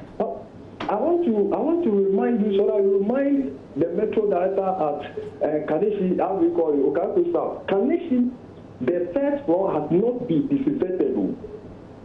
The first what? The first floor of Kanishi Market. Oh, okay. Has not been disinfected. How do you know that? You said? How do you know that? Yeah, let me tell you. The first day they were doing the disinfected, they were saying that the people cannot move their things from the place. Because they are full staff there. Up to now, it has not been done. So Okay. I just want to remind them. Okay, great. All right, I you. like that. Thank you. Justice is in Mampong. Good morning, Justice. Yeah, good morning. Yes, sir. Hello, Justice. Yeah, can you hear me, please? Yes, I can. Please go ahead. Yeah, my problem is with the fact that their ECG's app, the app they just launched, it's not working. I don't know whether you can address it, but it's not working. Okay, when you say it's not working, like what's the challenge exactly when you try to log on? No, when you try to purchase, you can't purchase. It will be turning around. Then it will tell you the network is bad or something. Okay. All right. Yeah. And so I'm wondering that in this area where we ask to stay home, it's not you be asking. You know that it's in your interest to stay. So why would you have such a challenge? Again, their hotline is also not working. 0302611611. That's quite surprising. Oh, when you call, nobody picks, or it doesn't simply just go. It doesn't go through at all. Okay, give me the number again. 03. 0302 611 611. Okay, thank you, Justice. My producer will try and call that number live on air. Let's see if it goes through. Abraham is in Asokore Mampong. Abraham, good morning. Good morning, Namazi. Yes, sir. I hope you're keeping safe. Yeah, even though government says we can go around, we are keeping safe. Nice. Okay, let's hear you. Thank you. I downloaded the app. I wanted to buy online, and the message is that my phone, my meter is not a smart one. Okay. So I couldn't purchase. But this directive that they brought, that you can't move with your meter, then they should have given in each house a meter. If ECG has given a house a meter, then it means you own the meter, so I cannot move with a meter. So if I have purchased my own meter, paid everything about it, spent months or years, as the earlier caller said, and I've acquired the meter. And you even have your name on it. Leave the meter there and go through the hassle again. Then it is very bad. So tell the PRO that each house should be provided a meter so that when I'm going, I can't go with a meter. Okay, Abraham, he actually heard you. I don't have to tell him. Thank you very much, for calling as well. Let's see if we can do one more call, and then we'll address the issues that have come up. Joseph. Good morning, Joseph. Hello, Joseph. Joseph is in Winneba. Joseph, okay, I can hear you now. Let's go. Good morning. Good morning, Joseph. Hello. Hi, Joseph, I can hear you. Kindly turn down the volume on your television set, okay, so we can speak through the phone. Okay, so I wanted to know, I've been trying to get... Hello, Joseph? Okay, I've been trying to get a new meter, and then for since last year, they came around. Hello, I can hear you. Okay, Joseph, listen, I have to drop this call. You have to turn down the volume on your television of this conversation. Unfortunately, I have to let you go on that. This is where we have to end the phone calls for now. Mr. Boateng, kindly address the issues that have come up. Let me take the one who called from, I think, Volta region. And he made mention of the fact that... that would be a message that I read. Okay. He made mention of the fact that we've not read his meter. It gave a certain period, 31 days within which... Yeah, but that is true, yes. We have a reading cycle of 30 days, minus or plus 3. Okay. But that is not a problem at all. Because immediately How is that not a problem? Because if they have not read, and they come and read late... No, we definitely, you know, it's a cycle, so we definitely do the 30 days span. So we can, if there's no access, for example, at your end, of course, we still come and bill you. But because we can take the meter, it will definitely reset the machine or the system will recalculate the monthly 30 days. Okay. So the cycle will definitely get you. But I have a question. Why hasn't the meter been read? No, I don't know. Within the period? No, I don't know what is happening. I don't know what is happening at the end, whether there was no access. But I'm just giving a general understanding of how these things are done. Okay. In fact, if you don't even get access, we give you a bill because we can easily estimate you. Anytime we get the real. So would it affect what he would enjoy in terms of the subsidy? It will not. It will not. It will not. It will not affect. When on the issue of why can't you carry your meter with you, Abraham was also on that same issue. We made mention of the fact that we are discouraging the removal of meters or carrying it as a personal property. It is the property of Electricity Company of Ghana. But I have my name on it. Yes, but you pay for the installation and maintenance of the meter. You have not bought the meter. That's why we write on it property of the Electricity Company So you determine where it should be. We can easily go to our system and drive straight to where that meter has been installed for us to analyze whatever we want from the meter. So we don't encourage the meter to be moved. As a policy, we don't allow the movement of the meter. Okay, but with all the comments that are coming through, but that, you know, I apologize. That you've heard. No, it's not the first time. I'm on my knees. I told you that going forward, we'll make meters available. So that you don't even... Kojobi. This sounds very simple. But that's exactly what we are going to do. With the smart prepaid, come May, we will wire remotely, and then we inform them that we have given them their relief, the 50% relief. So there's no problem. I told you where the challenge is where you have to physically visit our vending point because you are using the non-smart prepaid meter. Okay, this one says, my name is Charles. I bought over 100 CDs credit with ECG app and didn't reflect in my account. I'm told it's because mine uses token number. What should I do to retrieve my money, and what can ACG do to include token number meters in the app? Token number. In fact, the app tells you where you get the token. There is an information on the app. Immediately you vend or you purchase online, it will inform you that you need to punch your token number. If you have a challenge, you call the contact center. They will take you through the steps. In fact, on our website, you have even the information about how these things are loaded and how you can apply. So there's no problem. If it delays, yes, I've had instances where they call and they inform that they have purchased electricity via the Momo, but they are unable to enjoy or it's not hitting their meter. And I tell them to hold on because of the challenge with the internet and so on and so forth.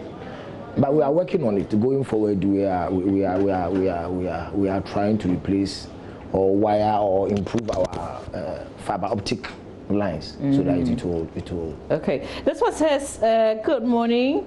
If I used to buy 40 CDs every month, that means I should buy 20 CDs? Is a question. It doesn't work out like that, does it? No, it does. Come May, if you know your consumption pattern, how much you buy every month. So you know you buy 200 Ghana, you go May, you buy your 100, you get the 100 for your benchmark of half of what you consume in March. You are good to go. So if you buy the 20 CDs, you should see 40 reflect? Yes. Okay. All right. Sounds simple enough. My producer is still trying to call the call center. I think the initial feedback I got was they're not picking up. But what time do they work? Because it's just 10 minutes after 8. Mr. Boateng, what time does the call center start working? It's almost 24 hours. Oh, okay. Call center, so I expect them to pick the call. Okay, all right. We'll see the challenge that they have with the app. I think we have just about some 3 minutes to wrap up on this. I want to see if I can read some more messages and see if we can get some answers. This one says, please kindly let Mr. Boateng explain which of the meters or cards are smart. Bernard Abuaji in Tema. Mr. Boateng. Oh, they know the smart ones and the non-smart. I made mention of the fact that the ones that you go to the vendor, you purchase electricity and remotely the units is sent to your meter. It is the smart. And the ones that use the card, you have to show the card on the meter before you go and you go to the vendor and pay. That's the non-smart. So it's very simple. All right. One communicates with the meter directly. You don't use any card, and one you use the card. So the smart, you don't use any card, because it's remotely transferred to the meter, and the other you have to use the card before you can. So following Justice's call, we've called the call center. My producer is putting it through so we can all hear what they say.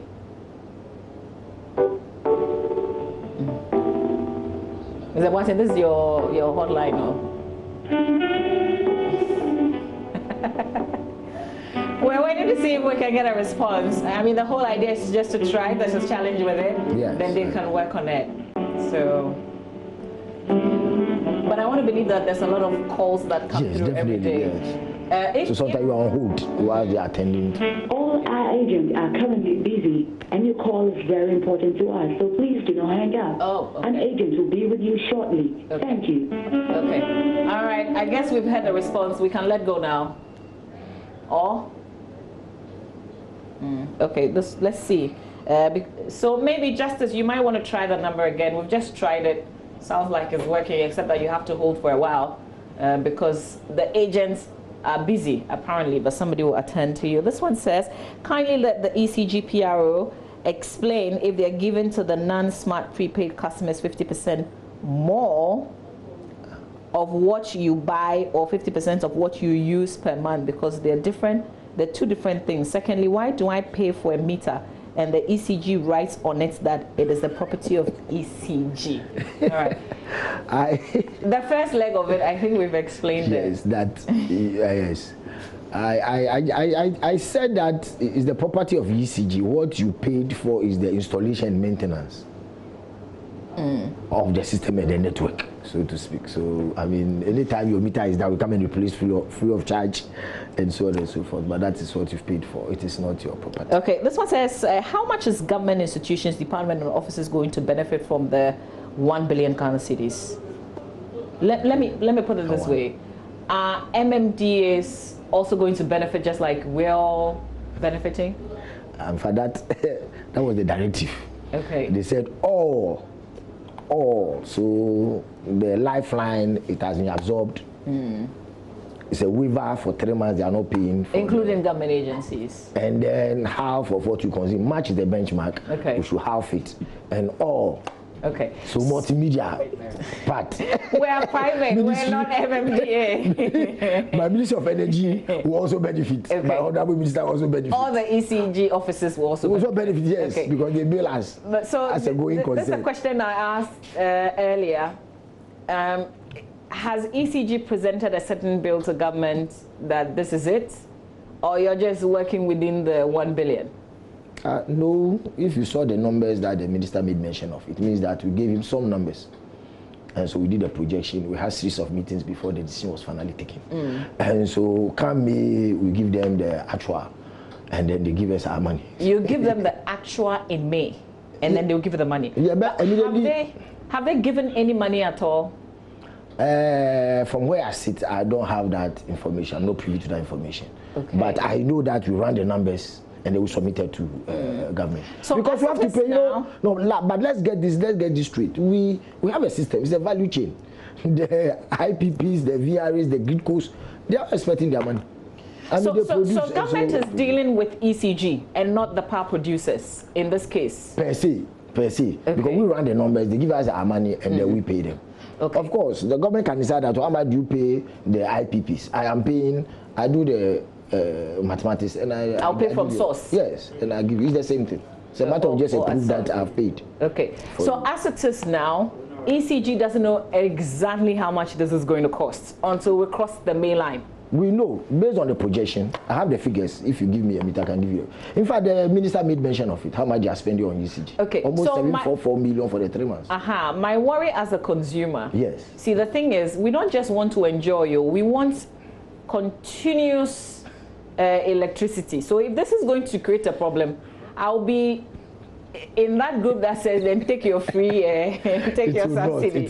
So we just want to be sure that governments will do what they've said they will do. They will pay ECG, because if they don't pay, then it will become all of our problem. They have to pay us. I can assure you, and they will pay us. So when are you jostling them for your money? You have not implemented it. You are going to just. Okay. But we gave them the numbers, the projection. We gave them the revenue base. Okay. So they have the figures. All right. And that's why they told you how much they are spending. One thing, I pray and hope that when they are not paying you, let us know so we can say some for you. Yes. Definitely. I want to say thank you for your time. Obviously, we had lots of questions. We couldn't possibly tackle all of them, but I hope that the conversation has helped in filling some of the blank spaces and the questions that you had on your mind. Mr. Boateng, thank you very much for coming through. Thank you very much for the opportunity. Okay. All right, stay with us. This is the AM show. We promised you we'll get behind the science, the reason the lockdown has been lifted. So we've got plenty of conversations up next here on the AM show. Please stay with us.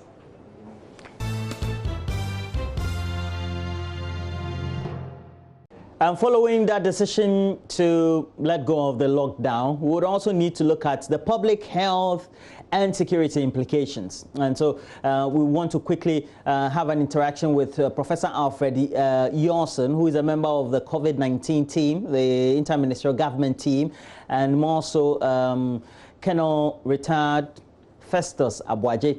Now, he is a security consultant or analyst and also observes the sector for us. He has to be on radio, so we'll quickly have to deal with him, and then we'll be with Professor Yorson for the rest of the minutes that we're doing this discussion. But Colonel, let's look at the security implications. There's a message by the police that they posted on their Twitter handle, and it speaks volumes about what they intend doing in the lead up to the post lifting of the lockdown itself, or post the lockdown. And it says that they're going to do policing around public events, gatherings in communities, etc. And I was thinking, I thought that once you leave the road, you're leaving the barricade, etc., you have to go back to the barracks or your bases and leave the public to roam around as freely as they can. But that's not what I'm getting with the information that they posted. Why is that?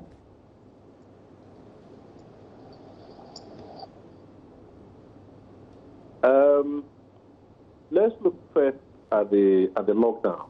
The lockdown was based on the principle that stay at home and go out only if you needed food or medications. And then we made exemptions from the lockdown. So largely what the president announced yesterday was that stay at home order has been lifted. But the lockdown came or was even preceded by other restrictions. One, border closure, for instance, restrictions on public gatherings and so on, whether of a religious nature or cultural nature. So now that the president says that, good or bad, you are allowed to go out, you are not bound to stay at home. The police necessarily, plus the security agencies, all of them, military and so on, now need to refocus. They need to redirect their efforts towards the remaining aspects of the restrictions. So as the IGP is rightly saying, or the police is rightly saying, there is no need for roadblocks and for checkpoints because everybody is allowed to move freely, taking into consideration other hygienic and social distancing measures. Now, the manpower, the spare capacity that the police and the armed forces and other security agencies generate will then need to be realigned towards the other measures to ensure that Sunday or Friday we don't have religious gatherings, that there are no weddings beyond the number that is stipulated, that burials may take place but subject to certain limits, that funerals don't take place. So I think that is what the estimate from the police at least is suggesting. As regards the armed forces, remember they were playing a supporting role. So I believe that they might still continue in that supporting role. They might be held in reserve and if need be, can rapidly react to certain situations. The armed forces may also be able to support the border security agencies because the borders still remain closed.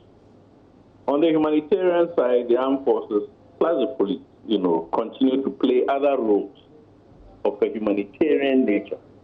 For instance, the morgue that the armed forces have set up at Elwak, or the normal morgues that are being used.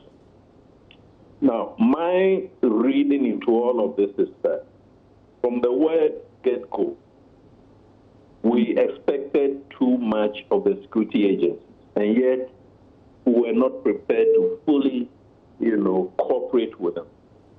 So the enforcement of the restrictions or the policing of the remaining restrictions must be done in conjunction with local authorities. That is the only way that we can now be able into markets to ensure that there is social distancing. I don't think we're going to have sufficient policemen and women, and for that matter, soldiers, to go into markets and other high-density population areas to go and ensure that there is social distancing. And of course, the role of the media is educating, that it is in the interest of every one of us, to comply with the guidelines that are still in force. There's a point or a statement in the president's entire speech where he points to the fact that depending on the community, the population density and where they think it's a hotspot, then they will appropriately do the monitoring just to make sure that they comply with the restrictions and the orders. Now, you have mentioned coordinating or having this linkage with the local authority. So let's take a town that I know very well, Ashaiman, or I know Nima to Mamobi, and all those relevant areas which are part of the hotspot, so to speak. How does the police already, with what they are doing, try to do the monitoring in such a way that it is humanitarian enough, but also very strict? So that's precisely what I'm trying to suggest.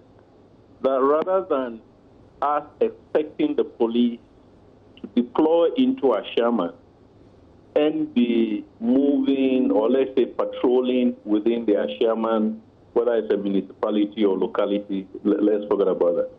They will be very effective if on arrival they set up business with the Ashaman local authority at the municipal level, assuming that it's a municipality, or at the unit level, First of all, to work with these entities together with the leaders of the different occupations or livelihoods.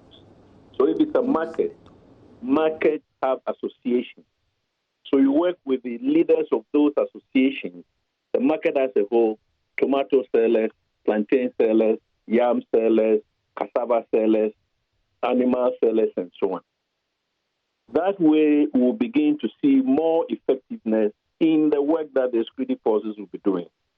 If we leave aside these local authorities, as we had done previously, we might see the police, we might see the military, but we're not going to be as effective as possible. And I did mention that public education component, the sensitization, the outreach, must still continue, that once I've said it before, that when I was placed in quarantine or under quarantine, once I understood the reasons why the quarantine was imposed, the conditions of the quarantine, the duration and so on, as a human being, I was prepared, to accept that. So education, understanding, knowledge help to shape attitudes. Of course, I haven't talked about the humanitarian support. But people necessarily, if the statistics are right, that 80% of all the people in this country are in the informal sector, they necessarily need to be up and about to make a living. So if the humanitarian support that is coming is not sufficient, of course, they're going to be up and about.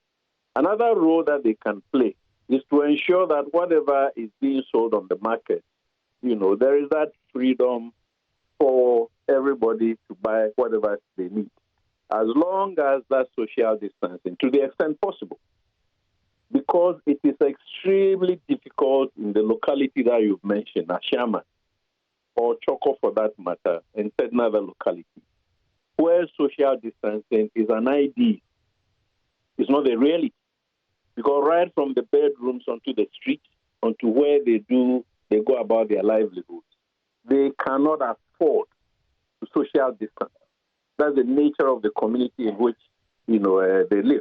And therefore, to go in there and expect that people are going to, socially or physically distance themselves, probably will be asking too much.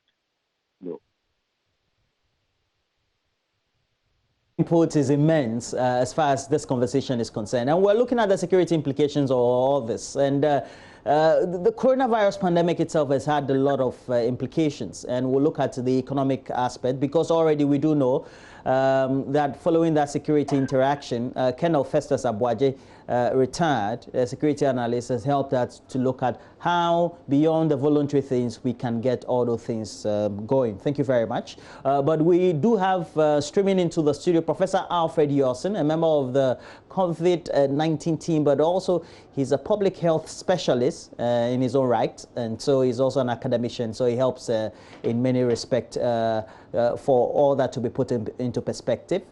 We also do have somebody who is concerned about his health as well, and so you'll find that over the last 3 weeks we've been having him jogging or exercising with his family, but also giving us great input on the subject of the economy. They are intertwined in a way, the health implications, but also having an implication on public health and the economy, because when you have a productive population, it also means that they can contribute significantly to the growth of the economy.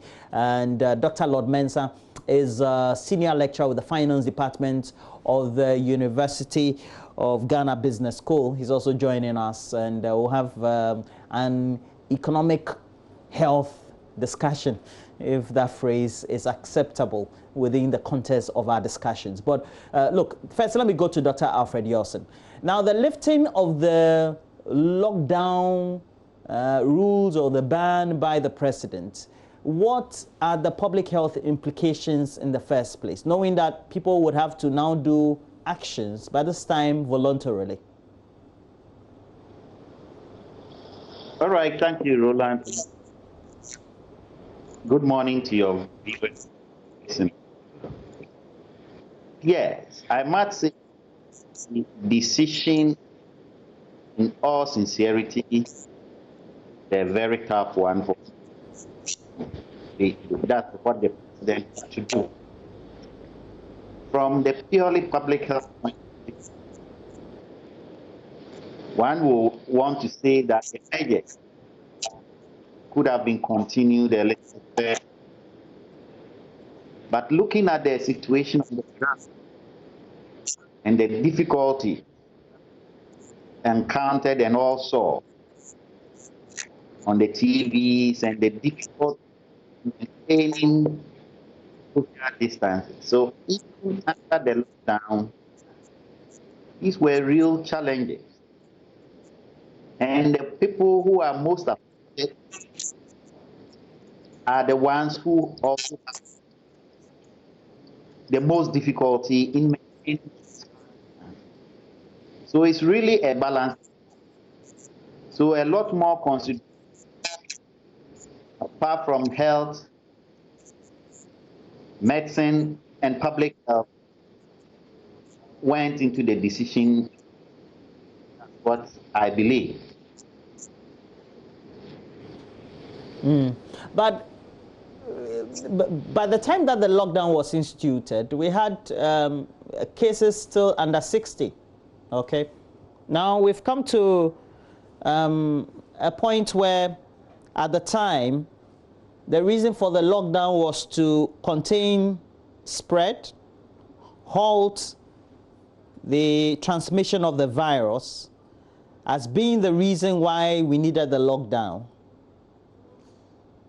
And now we say that we have enough reason because we are tracing the spread better or the contacts better, and then we're improving on testing, isolation and all that.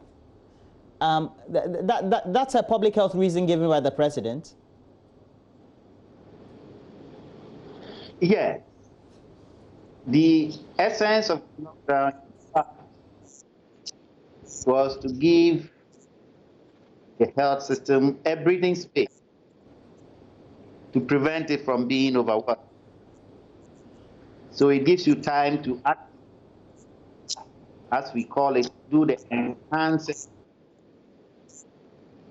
whereas the routine surveillance,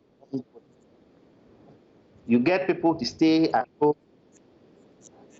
in one place, one area, and do all the treating, and also the testing. And we, in fact, conducted quite a large number of tests within the section of the lockdown. The challenge still remains because of the delay in results and the timeliness of it makes it difficult to really determine the risk out there, incidence of the condition, and how it is behaving really. If we are ideally able to do this, then we will clearly pinpoint the behavior of the disease within communities. We have quite good idea where the hospitals are, and it's becoming clearer that it's clustered within households. And therefore, if we are able to encourage other public health, like mandate wear of masks, which the president encouraged, we think it should be mandatory, so that we go on that line and try to do it.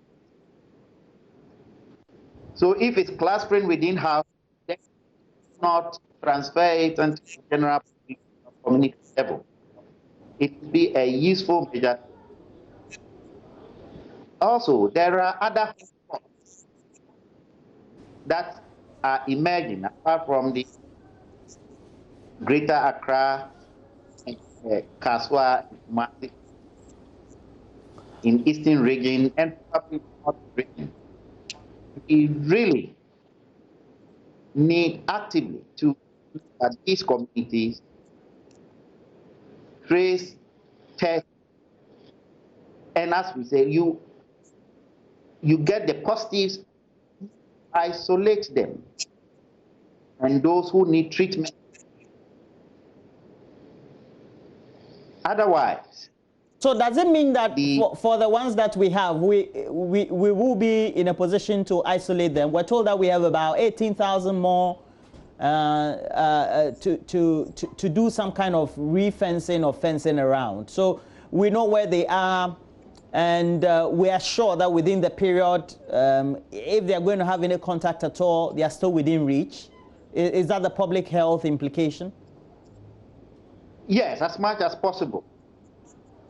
and we encourage persons to limit contact as whilst the general tries to create more isolation centers. Remember, many of these, that is, they may not be clinically ill, but potentially they can still.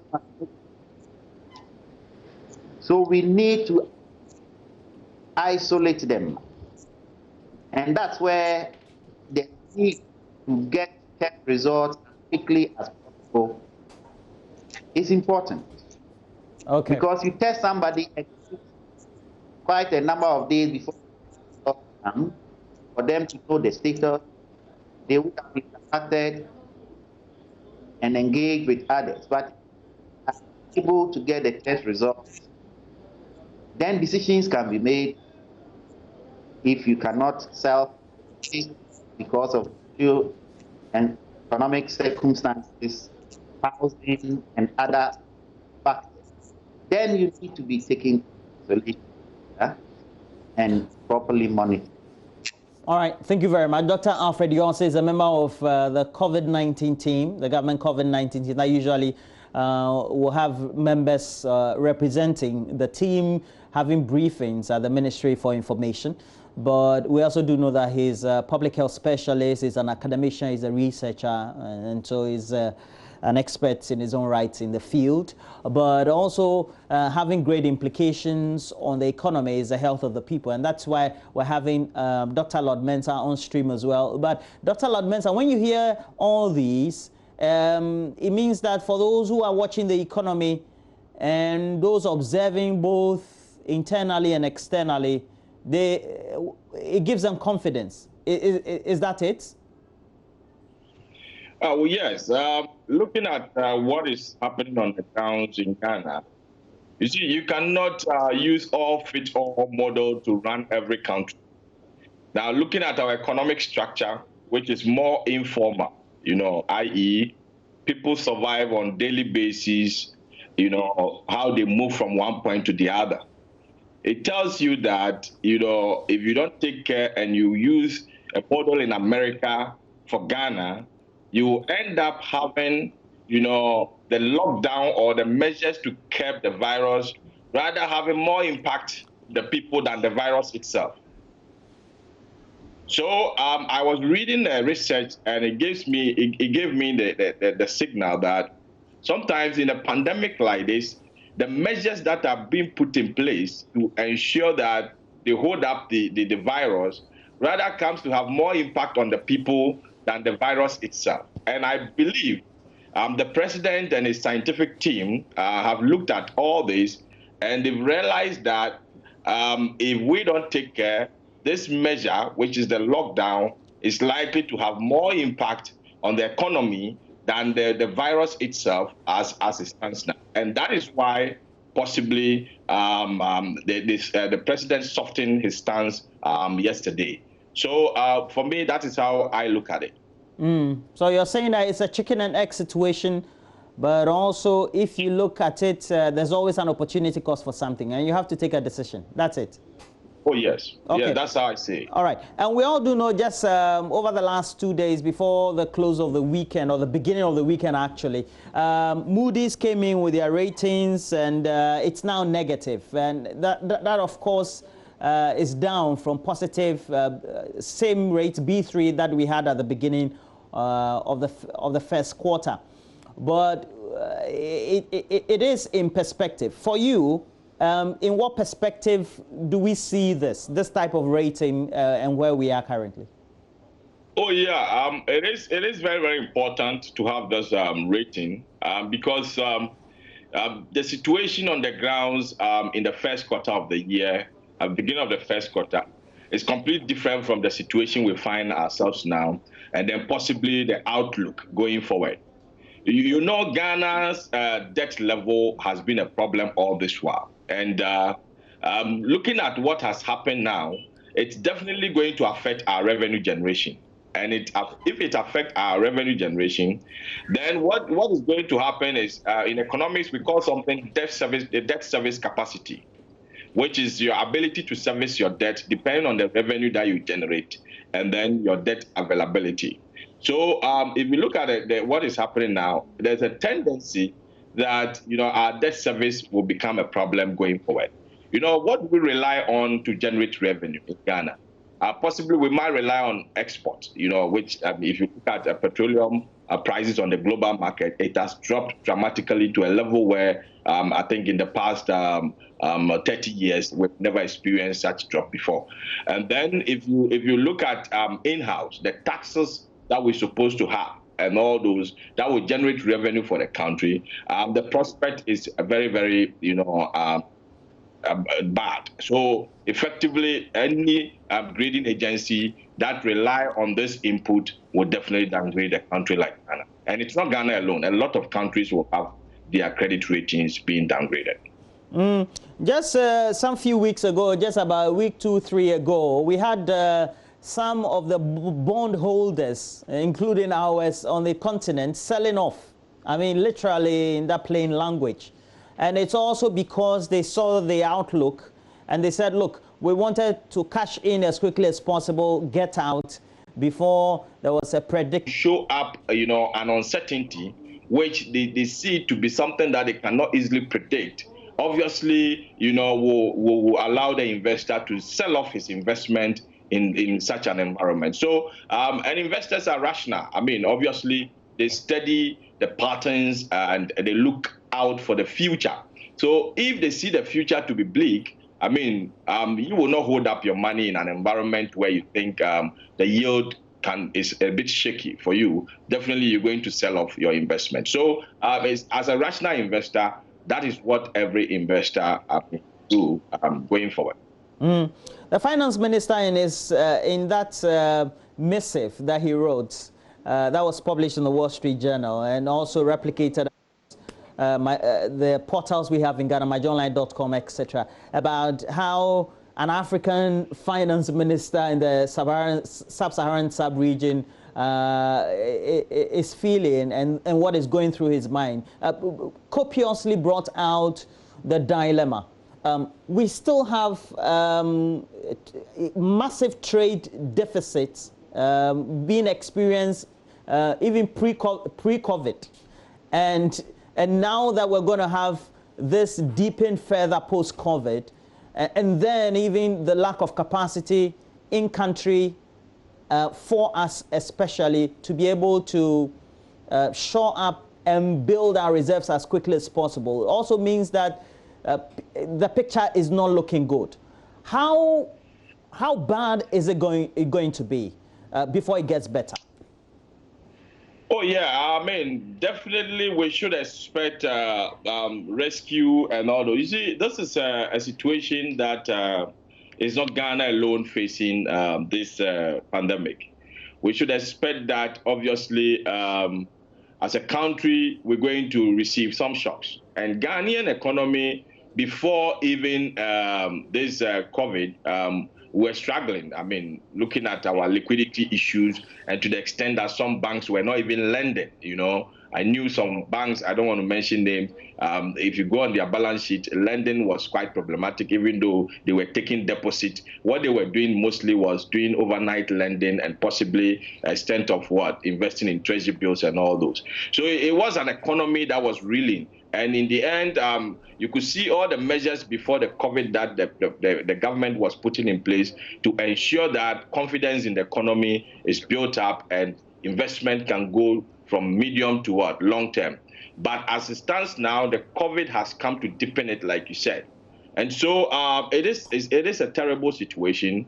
And I believe that because it's not peculiar to Ghana alone, the shocks might not necessarily be felt as if it were to be, it was a standalone or specific to Ghana's problem. So it is quite a dicey situation. We might find it difficult, coming up, but once it's a global thing, I believe there should be a rescue along the line. And also remember the economic structure relies on other economies because it's an import-oriented economy. And once those economies picks up, obviously we should see something good happening in our environment. unlike the developed economies, the consumer spending and the patterns in our country doesn't impact the local, okay? And the more developed ones will take solace in the fact that when they give subsidies, ultimately they know that there is some end in sight in which it feeds back into the economy. Ultimately, when everybody gets their job, then they have to keep paying their taxes and everything gets into stream. It's not the same in our country. And we're giving a lot of freebies.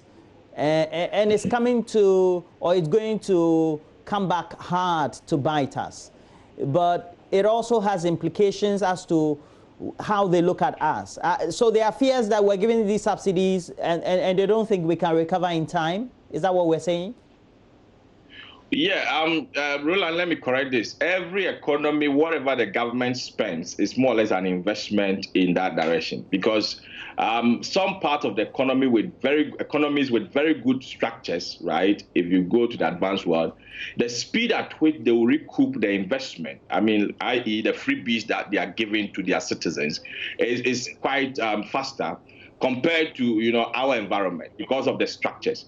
You know, our economy, like I said, is more or less more informal. And in the end, it will take time before every single freebies that the government gives out, you know, bounce back to the government in the form of what, you know, taxes here and there. So it depends on the economic structure. It's not that the freebies will just go down the drain as you are painting the picture, but then it will definitely bounce back. But then it has to do with the speed or the timing that it would take for it to bounce back. You know, in their environment, it's so fast to the extent that every agent within the economy is well engaged, okay? I.e., every single household, you get somebody working or here and there. So if the person is working and you give him freebies today, the next time he goes to the job environment, you start taxing the person and it falls back. In our place, maybe somebody has to take the freebies, try to work for another person before maybe the person goes to work for another person somewhere. Before all these transmissions, you know, for the government to realize what? It's taxes. So it's the economic structure that will determine the speed at which the investment that the government makes out of the freebies and how it returns to the government. Well, great contribution there, as always. And I wish you well for the day. And I know that you're continuing some online interactions, and I hope that it all comes out positive for you. Dr. Lord Mensah is a senior lecturer, the Finance Department, the University of Ghana Business School, giving us the perspective of all this, the ratings from Moody's, and how we need to have a better outlook and how the forecasting should be. I hope that we all have gotten educated. We're taking a break. When we come back, we'll bring you a gist of what's taking place in the entertainment world. Stay with us.